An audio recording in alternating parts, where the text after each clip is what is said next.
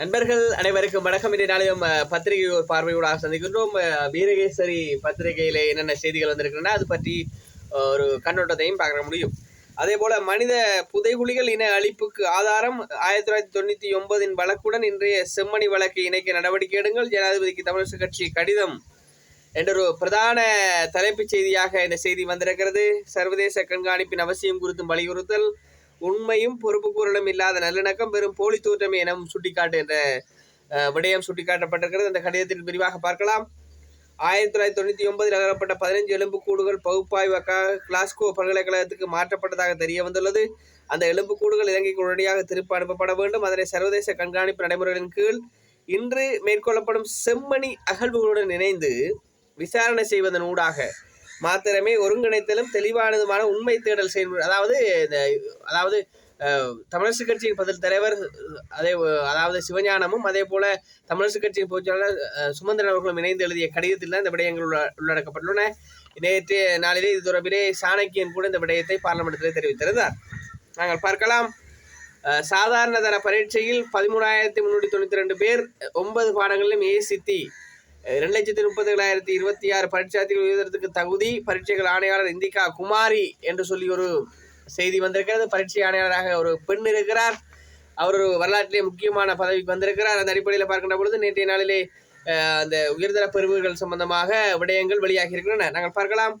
கல்வி பொதுத்தராதர சாதனதர பரீட்சை பெறுபவர்கள் நேற்று முன்தினம் வியாழக்கிழமை நள்ளிரவு வெளியிடப்பட்டன. அதற்கமைய முறை 13,392 பேர் 9 பாடங்களும் ஏதர சித்தியை பெற்றுள்ளனர். அதேபோல 2% எந்த ஒரு பாடத்திலும் சித்தி பெறவில்லை. 2% மக்கள், அதாவது மாணவர்கள் சித்தி பெறவில்லை.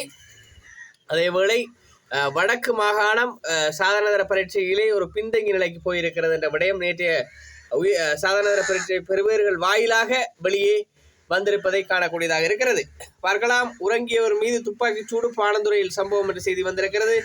பாணந்துறை கிரண பகுதியில் வீட்டில் உறங்கிக் கொண்டிருந்தவரை இலக்கு வைத்து மேற்கொள்ளப்பட்ட துப்பாக்கி பிரயோகத்தில் தாக்குதலுக்கு ஆளாகிய நபர் காயமடைந்த நிலையில் வைத்தியசாலை அனுமதிக்கப்பட்டார் என்ற செய்தி வந்திருக்கிறது. அதே போல அமெரிக்க பிரதிநிதிகளுடன் தொடர்ந்து பேச்சுவார்த்தையில் ஈடுபடுவோம், அமைச்சர் அனில் ஜெயந்த பெர்னாண்டோ தெரிவிப்பும். ஆகஸ்ட் 1 வரை அவகாசம் உள்ளது என்கிறார் என்ற விடயம் வெளியாக இருக்கிறது.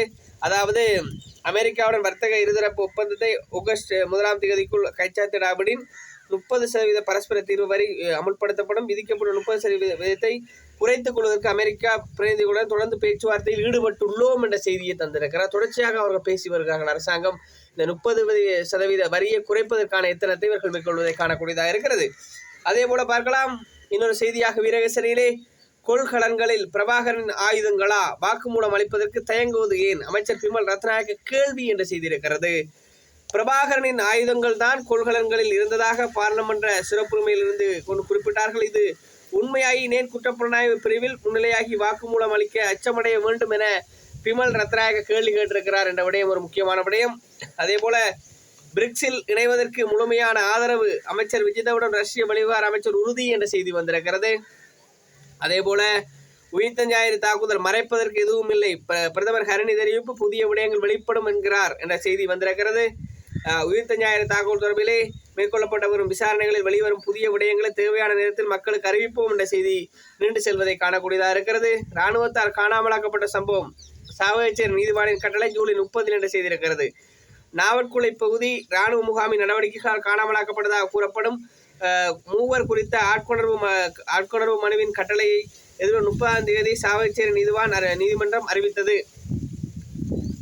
அதாவது இராணுவ தளபதி மற்றும் பிராந்திய கட்டளை தளபதி சட்டமா அதிபரை பிரதிவாதிகள் குறிப்பிட்ட மனுக்கள் விசாரணைக்கு அழைக்கப்பட்ட போது 30 இது தொடர்பில் அறிவிப்பதாக சாவகச்சேரி நீதிவான் அறிவித்த விடயம் இருக்கிறது.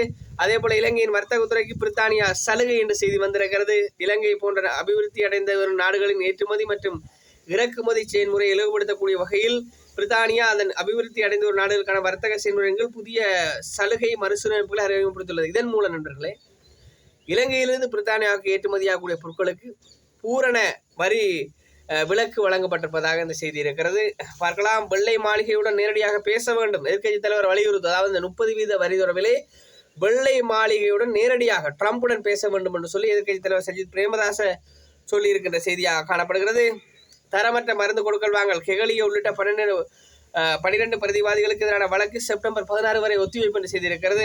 இந்திய கடன் திட்டத்தின் கீழ் வழங்கப்பட்ட கடன் தொகையை பயன்படுத்தி போலி ஆவணங்களை தயாரித்து அரசு வைத்தியசாலைகளுக்கு பயிர்வுக்காக சுவாச நோயாளருக்கு வழங்கப்படும் இம்யூனோகுளோபின் மருந்து மற்றும் புற்றுநோயாளருக்கு வழங்கப்படும் ரிடோக்சி மெப் என தரமற்ற மருந்து கொடுக்கல் வாங்கல் தொடர்பாக, அதாவது இந்த கெகலியர் அம்புக்கர் நண்பர்களே ஒரு இனவாதி, மஹிந்தவின் கைகூலி, அவர் புற்றுநோய் மருந்து என்று சொல்லி வெறும் உப்பு தண்ணியை இறக்குமதி செய்திருந்தார். இந்த கொடு பாதகன்களுக்கு அரசாங்கம் நடவடிக்கை எடுக்கும் நண்பர்களே.